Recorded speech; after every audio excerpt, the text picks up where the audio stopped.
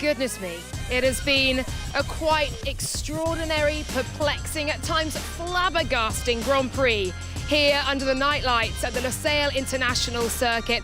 The title race for the Constructors' Championship will rumble on to Abu Dhabi, and there is much to discuss as Max Verstappen picks up his 9th victory of the year and his first as a 4-time world champion. But boy, oh boy, that does not even tell you half the story of what went on out there. Welcome to the post-race show.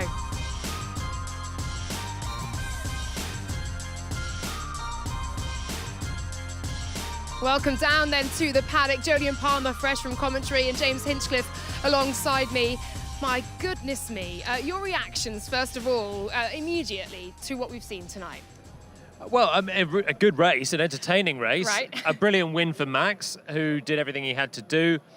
I think the big topic is the FIA, the race directing, the stewarding and the penalties that came out of it. Because we had a race until the penalty. Lando will have to take the blame for going too quick under the yellows, but the penalty severity, I guess, is the talking point. James, for you? Yeah, it's unfortunate, isn't it? Because we did have such a good race, such a great drive for Max. Brilliant launch off the start to lead it basically from lights to flag at that point. But it's really not what people are going to be talking about after this race. And once again, the story has sort of been, distracting from a truly great Grand Prix.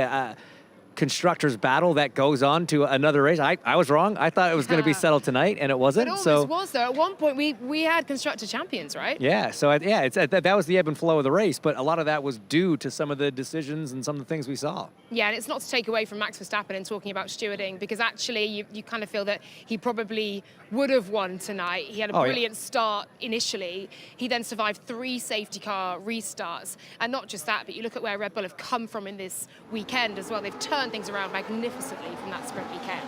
They've done amazingly. They have actually performed like champions this weekend. To be in the position they were, they took Sergio Perez out of the sprint. They started from the pit lane to try and gather some data, and whatever he found seemed to work. Max then nailed qualifying.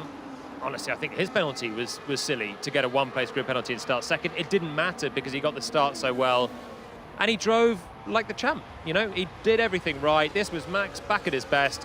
And none of the penalty chat and anything else should take away from Max's fine drive. Unfortunately, I think it might. And it really was such a good drive. It's not just a typical drive for Max where he just was kind of uninterrupted the whole day. He did have those restarts that he had to deal with. And that one with Lando Norris, when he kind of got it wrong coming out of the last corner, those hard tires, hard to heat up, a bit cold. Low grip, tried to get on the power, got a bad run, and this battle down into turn 1 with Lando was just classic 2024 with these two. How do you pass him though, Hinch? How do you pass Max? Because Lando did a great restart. It's actually not that often these days that you see an overtake on a safety car restart, especially from the leader. We obviously saw it with Max in Brazil, but that was in wet conditions. But as soon as Lando's on the outside, you're wondering, how is he going to pull this one off? Nobody knows, Julian. Nobody knows, because no one's been able to do it for a very long time. Right, and obviously, yes, Max Verstappen, a brilliant win. His first in the dry, obviously the great win in Brazil, and then before that, he hadn't won since Spain. He's come in as a 4-time world champion and got the job done. Another dead rubber that he's picked up, another to add to the stats so far. We did see, though, the reintroduction, I think we've seen one for a long time, the 10-second stop-and-go penalty, which, when served by Lando Norris, ended up being another pit stop, therefore almost 30 seconds plus added to his race time. Ariana Bravo is getting the reaction in the paddock. Andrea, although we're finishing that race with Oscar on the podium, it feels as though there should have been more in that. Can we start by talking about the penalty for Lando and just your view on that situation, and also your opinion on the penalty and the severity of it? Yeah, we did check whether Lando had slowed down or not. In fact, he stays flat out. We have to say that Lando gets the yellow flag displayed as soon as he enters in that sector. But that's not justification. It's responsibility of the driver to recognize that you are in a yellow flag sector and to slow down accordingly. We have to say that it's peculiar that the yellow flag was deployed in that sector and then it was removed, but actually the circumstances stayed the same, like the debris was there, which, like I say, is just a little unfortunate. And then when it comes to the application of or the severity of the penalty, I think this application misses any sense of proportion between the actual level of risk and the penalty that was inflicted. And it misses any sense of specificity. Like, can we look at the case, analyze the case, assess the level of danger, and then deliver a penalty that is proportionate to the infringement? To me, it looks like somewhere a book with some dust on top will have been opened, check what happens in this case, and apply this penalty. But this, I think, is a pain for racing, because it seems like I said before, completely disproportionate. Understandably disappointed within the team then with that penalty. But a word on Oscar's race, of course, he's able to bring in a decent haul of points that's important in that Constructors battle. But how do you feel after seeing how his race unfolded? And I guess Lando's as well up until that point. Well, it's definitely a significant missed opportunity. I think today, with the pace we had on the car and with the fact that Lando seemed pretty strong behind Max in the final seat on hard, I think we missed the opportunity to potentially close the championship here. So that's obviously the main feeling, the dominating feeling. At the same time, Oscar has driven a very strong, very solid race. He lost the position because of the safety car, otherwise he would have finished P2. But there's nothing you can do with the safety car. Sometimes you're lucky, sometimes you're not, so fair enough. But yeah, no, praise of Oscar's race, and now we refocus and we go again in Abu Dhabi. Thank you very much for talking with us, Andrea. McLaren then, with one hand on the trophy, probably the champions t-shirts and confetti cannons ready to go again, have to shift that mentality on for yet another week into Abu Dhabi before they get their hands on the first title since 1998, 25 years. I guess they can wait one more week, but it's closer now to Ferrari, 21 points the gap. Your reaction then to Andrea Stella saying it seems as though someone's dusted off a very old book. That's how, I suppose, archaic he feels the penalty, and disproportionate, the other word he used was. Yeah, and that was the key one. I think everybody acknowledges that there was a mistake there. It was a yellow flag sector. Lando didn't lift. That's on him.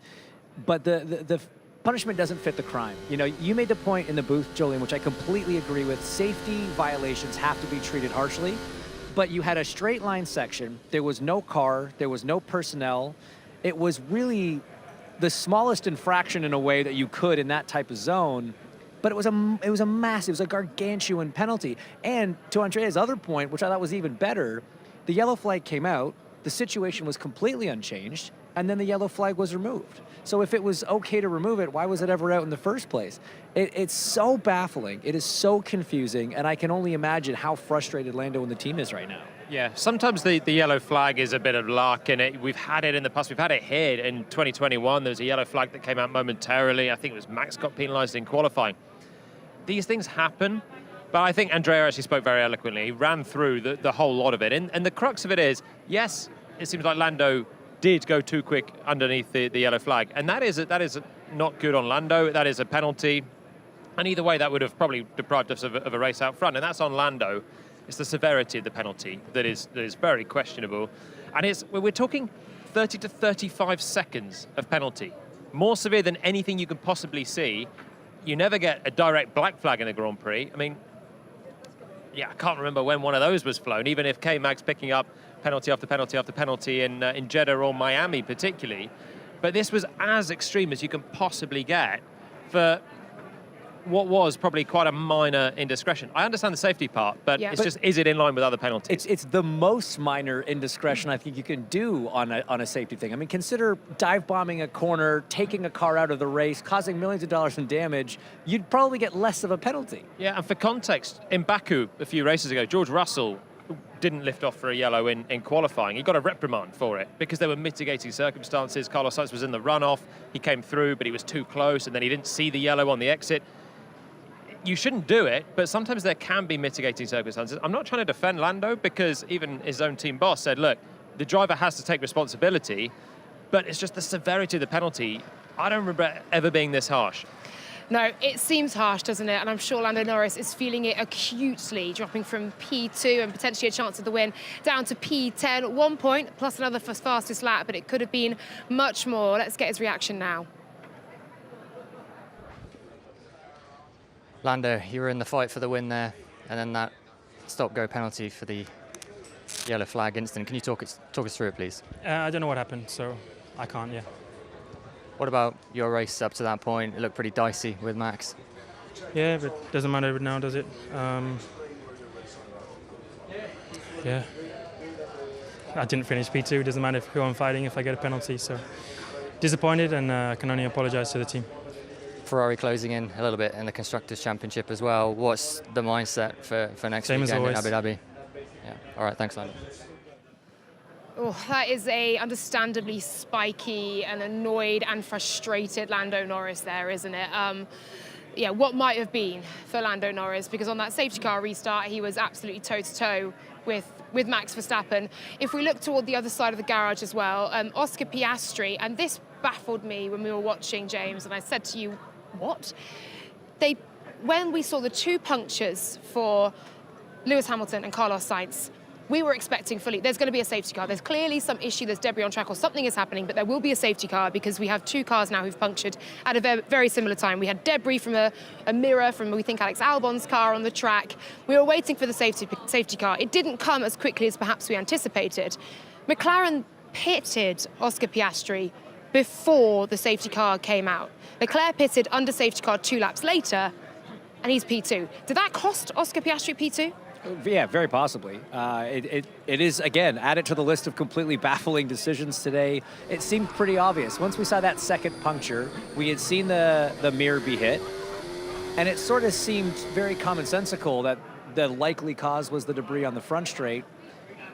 Why it took so long for the safety car to be called or VSC to be called, don't know. Why McLaren thought that was the right time to pit Oscar, also don't know. If you think there's debris on the front straight, you could come in and pit and theoretically go back out, run over, and cut your brand new tires. So it's a little bit similar to Brazil, isn't it? Where you kind of feel like it's inevitable we're going to get a safety car because of all these shards of carbon fibre, but you've got to hold on to take the gain. In Brazil, it was the red flag because of the weather, and then Colapinto crashed, and McLaren pitted Norris, and it changed the race. Here, it was the debris, and McLaren pitted Piastri, and they lost the position. And it's 6 points, that. It's a crucial swing that it's gone towards Ferrari in that decision. But at the same time, you don't know what the race director is going to do, because he left the wing mirror there for such a long time. Then it got hit. Still, it's racing conditions. Hamilton goes through punctures. Sainz goes through punctures. Is it ever going to change? You know, it seemed inevitable it was, but also McLaren, you know, they didn't call it right, as it turned out again. It was, like I said, a bit like Brazil. But if they had carried on at full speed and then Piastri punctures, it's a lot worse. So putting on a new set of tyres, A, takes you through the pit lane instead of going on the main straight, and B, it means that you have more rubber and that you're less likely to puncture. I was going to say, the only thing that would make sense is if maybe they detected a loss of pressure and were worried about having already picked up some damage, but Andrea didn't kind of allude to that, so who knows? We're going to pause the discussion here. So, congrats. Well done. Because amongst the stewarding decisions and all of that we can talk about, there are a couple of unbelievably good news stories from the results. One of those is points for Sauber. Now, we spoke earlier in the week about how much that would mean to you in the final 2 races of your Sauber career and currently your F1 career. Can you put into words what it feels like standing here as a point scorer in 2024 in the Sauber?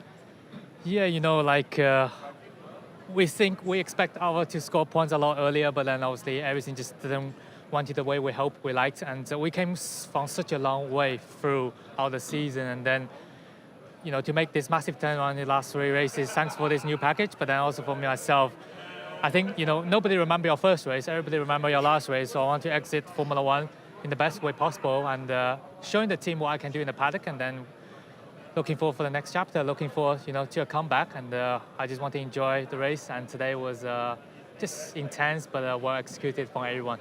I was going to ask you, at one point we heard you come over the radio, and I know you're in the heat of battle, but you said, do not speak to me. How hard were you having to push out there? How physically intense was this race? Obviously a bit easier than last year because of the safety cars and the much cooler temperatures, but the G-forces out there are extreme. Yeah, last year it wasn't a race, you know. It was a heat chamber survival. But Yeah, this year, it's different, it's intense, just because the last set of the stint, we had a hard tire, and then a lot of people around us was even on fresh, soft, new medium. We have to, work on the tire temperature, also try to not losing a lot of positions. Fighting with Kevin, Alex, it was always difficult.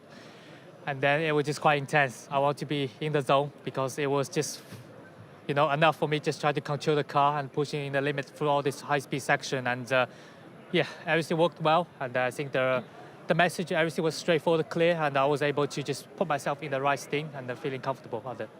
How's the feeling in the team this weekend? I was walking through the pit lane before you were released to the grid, and your team were the only ones practicing pit stops just before. I feel like you knew this was a chance. Was there big team meetings? Was there anything special going on? Pit stop has been a nightmare for us this season, and it's definitely been very challenging. And I think coming into the race weekend today, we knew that this is our best chance to score points for both cars. So I see the guys did amazing, practicing throughout the weekend, also throughout the season, the improvements from 45 seconds all the way to, a few times the best stops of the weekend. So big credit for them. And, today I think I get what they deserve for a long time. I'm really happy and, exit the team in the best way I could. Now, look, you could have started 8th and finished 8th, and you'd be just as happy to have the points, but you didn't. You had to work for it. You had some really great battles out there. So how much fun was it just getting to race and pass some cars? I mean, I'd rather to start 8th, finish 8th, very stable race, but it's enjoyable, but it's very intense, challenging. Start was okay, but then we lost some gear sinking to turn 1, lost some position, and then I want to make up for it. Everything after the world just being very good, and then make the move when it matters, and saving its tire to go long on the medium stint. So the pace was just very strong and a lot better than I expected. So yeah, that's why we are here, fighting for the points, and we had a very strong race today, and delighted. Points for Sauber. We're all delighted for you. Congratulations. Same again in Abu Dhabi. The car's clearly performing with that new front wing. Yeah, Qatar clearly is a lucky place for me. Last year starting P19, this year first points for the team. So we will keep it up and try to enjoy the final race for the team. Thank you so much, Joe. Thank you, well done. We're going to replace one driver with another. I'm sure there's been plenty of tears in that Sauber garage. Pierre Gasly, welcome. Excellent. Pierre, congratulations. Thank you. P5 for Alpine. We've been loving this battle for P6. You've probably found it a bit more intense than we have, but what a haul of points that was. How much did that play on your mind as you were coming through what was quite a chaotic race ultimately? It was a very intense race, very eventful. I really want to see the highlights on YouTube after the tonight, because I've seen a lot of safety cars. Like, what's going on? What's the reason? I could see debris a bit everywhere. So it was it was very intense. We tried to keep it clean, which wasn't easy as well, because there were parts of the race which were pretty tricky with cold tires, etc. But in the end, the car was really good. And I tell you, on this track, when you get a nice balance. And you're fighting for good position. This year is the second time I can fight for a top 5. I wasn't going to let Carlos, I wasn't going to give him an easy time. So I gave it absolutely everything, and I'm glad we managed to hold on to it. How is it now fighting with, for the third race in a row, fighting with Mercedes, with Ferraris, and you're holding your own now in the Alpine? It's, at the start of the year, these guys, the only time I will see them is when they put the blue flag on us. So it's definitely different. And that's why I'm really proud of the team, because when you see the way they've managed to turn around the whole season, a couple of months ago we were so far back, and they still kept pushing. They kept trying to work and find performance on that car, even though the concept wasn't great. And that's what they did. Like, you look at the performance over the last 3-4 races, just been very impressive. So big congrats and thanks to them.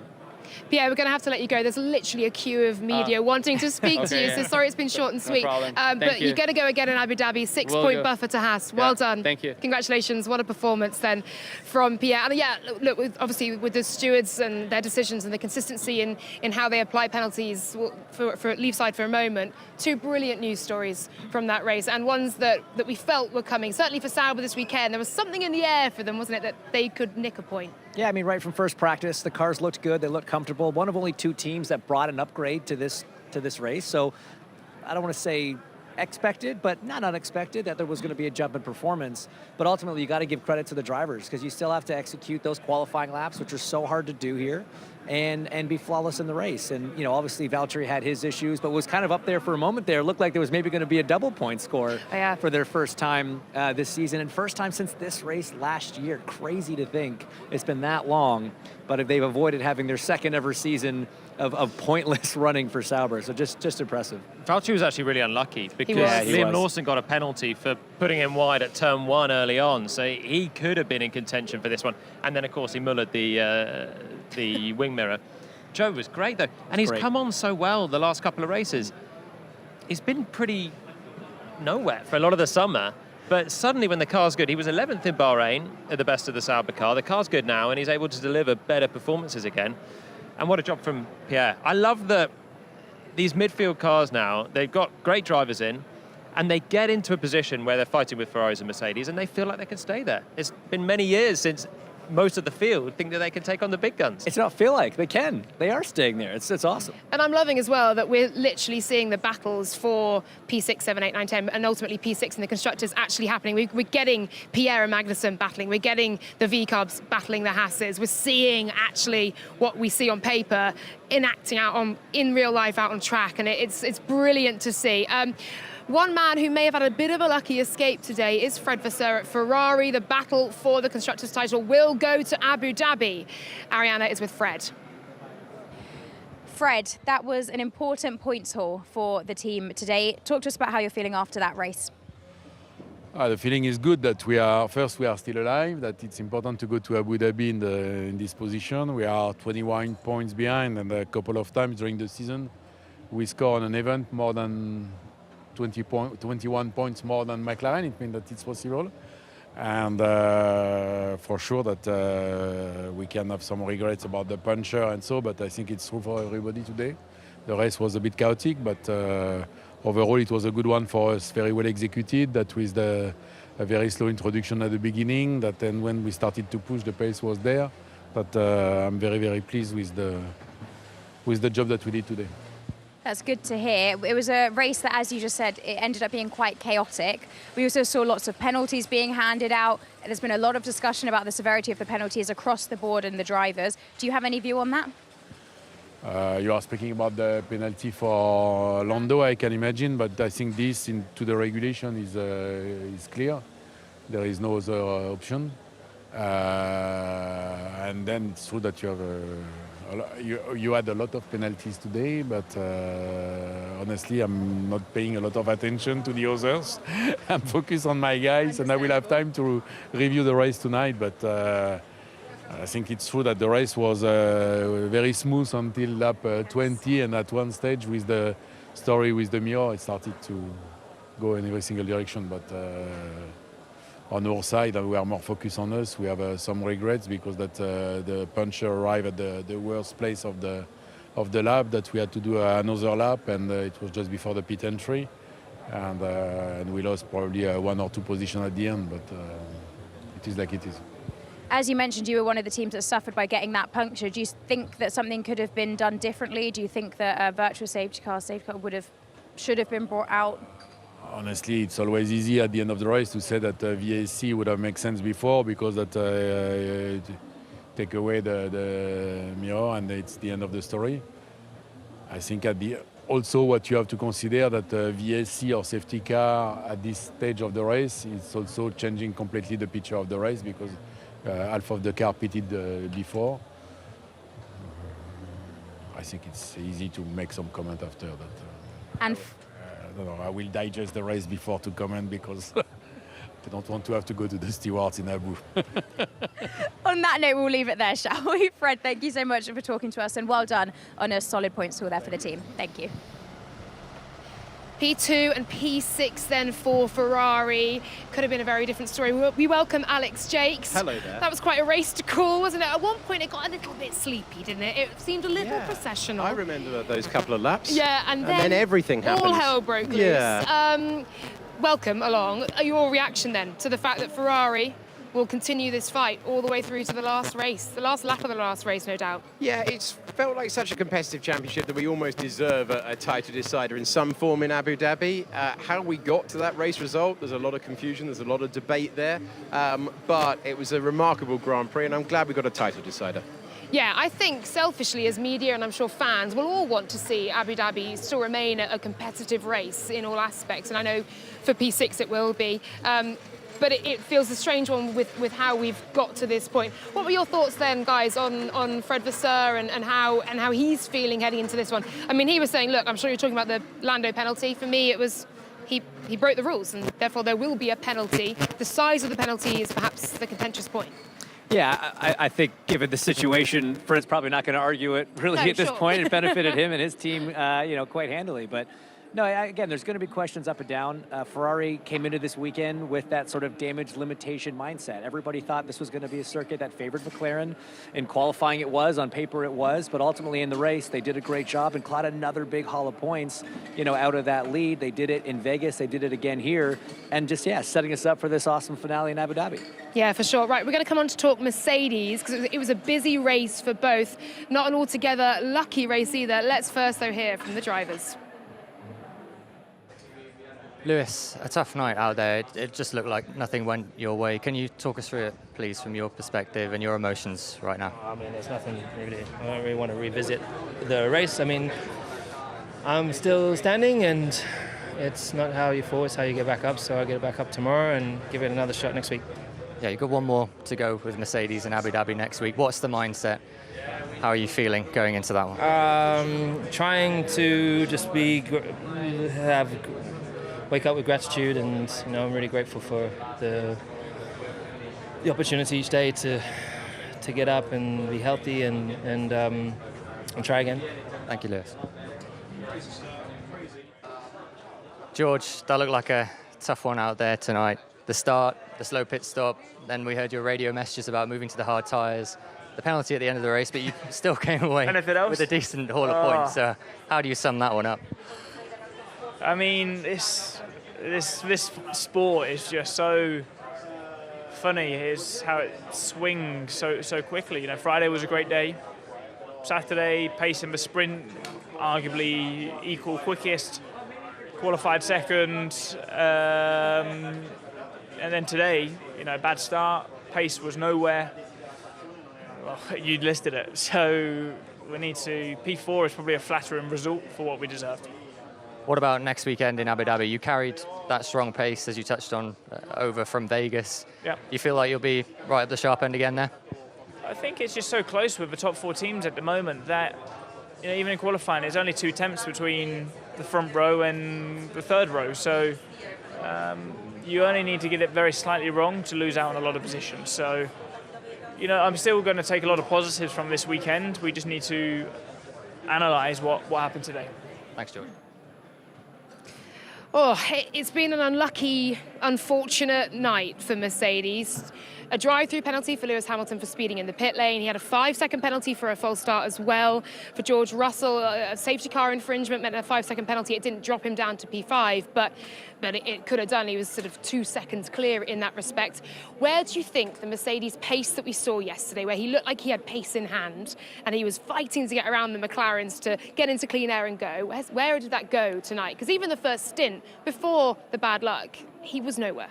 Yeah, it's so tough to know. And we talked about this yesterday, what the actual pace was in the sprint race. Lando was holding everybody, or holding the lead pack back so that Oscar could keep the DRS. So they were really driving to Oscar's pace, weren't they? And so you don't know what Lando's true pace was. We don't know what George's true pace was. It ultimately may have actually flattered it. But, look, sometimes these cars perform so well in a certain tire compound, you switch to another and it changes. We saw the sprint, they were on the mediums, pace was decent. A lot of the race today was on hards, and especially for him, he wanted to go back to the mediums in that safety car. They put him back out on the hards. That's going to be another thing that sort of went wrong there after that long pit stop. So I do really feel bad for George. He did a great job all weekend long, and fourth, given what he went through in the day, was actually a pretty solid result. Yeah, it came good in a way for him, but he would have dreamt of much, much more waking up and starting on pole this morning. Obviously, he lost out on that position to Max Verstappen. Jolien, Lewis Hamilton, I don't think we've heard him quite so. We've heard negativity from Lewis, and we've heard how dejected he has been this season.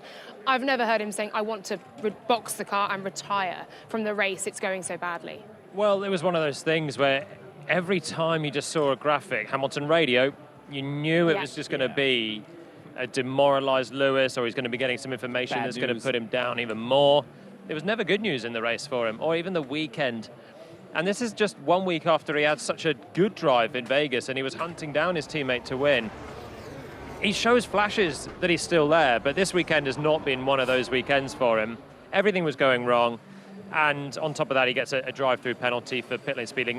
It sounds like he was a little bit of a lapse of concentration, not putting the pit lane speed limit on, which is very unlike one of the most experienced drivers on the field. And it just tops off a miserable weekend. He's done with this year, isn't he? It would have been nice for him to finish with Mercedes on a high. I'm sure he'll turn up next weekend and try and do everything he can to finish that chapter, because it's been such a mighty chapter. It's been an incredible record-breaking chapter. But he's just done. You can hear it all the time. It must be incredibly difficult then to know that he's got to go again next week in Abu Dhabi. And of course, it comes off the back of a high in Vegas, somewhat for him. I know he thought what could have been if he'd hooked Q3 up, but yeah, tough one. But Lewis Hamilton will go again one final time for Mercedes. From one disappointing weekend to another, the turn one incident spelled the end of Franco Colapinto and Esteban Ocon's race. I mean, we expected perhaps a turn one incident, knowing how quickly they can hurdle into that one off the start. This one here, though, Hulkenberg also involved, of course. Just no grip for Hulkenberg on the hard tyre, and this is the view that Esteban Ocon had from the back of the field. It feels so frustrating when you're starting 18th, 19th and 20th. You've got so little to gain at that point, whether you pass one car out of the other 19. But it was just simply Nico making a mistake starting on the hard tyre, and those two got clattered into. And it was deemed, of course, a racing incident. The incident then with Stroll and Albon wasn't. That was then a 10-second penalty for Stroll. Stroll then actually DNF'd as well, saying he's felt something odd in the car, didn't like the feeling, wanted to retire the car there. Going back to Esteban Ocon, rumours do swirl throughout this paddock. It is being quite widely reported that this could be Esteban Ocon's final race for Alpine. So they're saying, the media are saying, and the rumours are saying, Ocon will be out in Abu Dhabi, Jack Doohan in. Obviously, we don't know if it's true. We can't, we are reporting what we are hearing, but your reactions to that? Well, it's unconfirmed at the moment, but it's been heading that way between Ocon and Alpine. They're not getting on very well at the end. He was close to being benched mid-season, wasn't he, when he made contact with Pierre Gasly in Monaco. They've got new management there. We are waiting to hear from Ollie Oakes, who can hopefully clarify the situation. But Ollie Oakes is making moves at that team. He's brought in Aaron, who won the Formula 2 race today. So that's someone he knows the career of, and he wants to put him in a reserve role. And I wonder if they're making more moves behind the scenes. This just smacks of a catastrophic falling out between driver and team. There's one race to go next week. The guy finished second 2 races ago. Yeah. He's the reason they're in 6th in the championship. He's had an incredible turn of pace, but if that's the case, then he's not been at it this weekend, and there's something more going on. Is that going to cost them sick? With all due respect to Jack Doohan, he's not stepped into a... Gasly's doing a good enough job at the moment on his own, actually. Today takes him to the brink of that result, but yeah, Ocon was fuming after Vegas. Okay, let's hear and hopefully clarify what is going on with Esteban Ocon and his future at Alpine for one final race. Ollie Oakes is with Ariana. Ollie, 2 sides to this race for you, but let's start with the positive because it is so positive. Pierre Gasly, another blinding performance. Thoughts and feelings on that one? Yeah, no, look, he did a mega job. I think at the start of the race we were thinking, oh God, the first 2-3 corners when we dropped back. Then he did a great middle stint there, keeping, right up to Magnussen, basically. And I think the calls were good. And then obviously that last bit with Carlos, he was phenomenal, to be honest, to manage that. Soak it up, and it was brilliant. Yeah. It really was, and of course it's given you some good points in that Constructors battle. How are you feeling about that Constructors battle given that result today? Yeah, part of me thinks I'd like it a little bit easier, like 1 point or 2 points the odd weekend, rather than these 2 sort of races that put you through things. But no, I think today was a big result. I think obviously we're a little bit down coming to this weekend after Vegas, so it's a really good sort of return. But obviously in Abu Dhabi, you're thinking, well, is that enough of a gap? We'll have to see. Yeah. And a word on Esteban's race as well. Ended prematurely. Just give us an insight into that. Yeah, I feel a bit sorry for him there. There's sort of nothing he could do really. If I'm right, I think one of the cars sort of spun back into him. So it's always a bit sad to end it on the first corner, but that's how it is sometimes. It's not too much damage, which is good.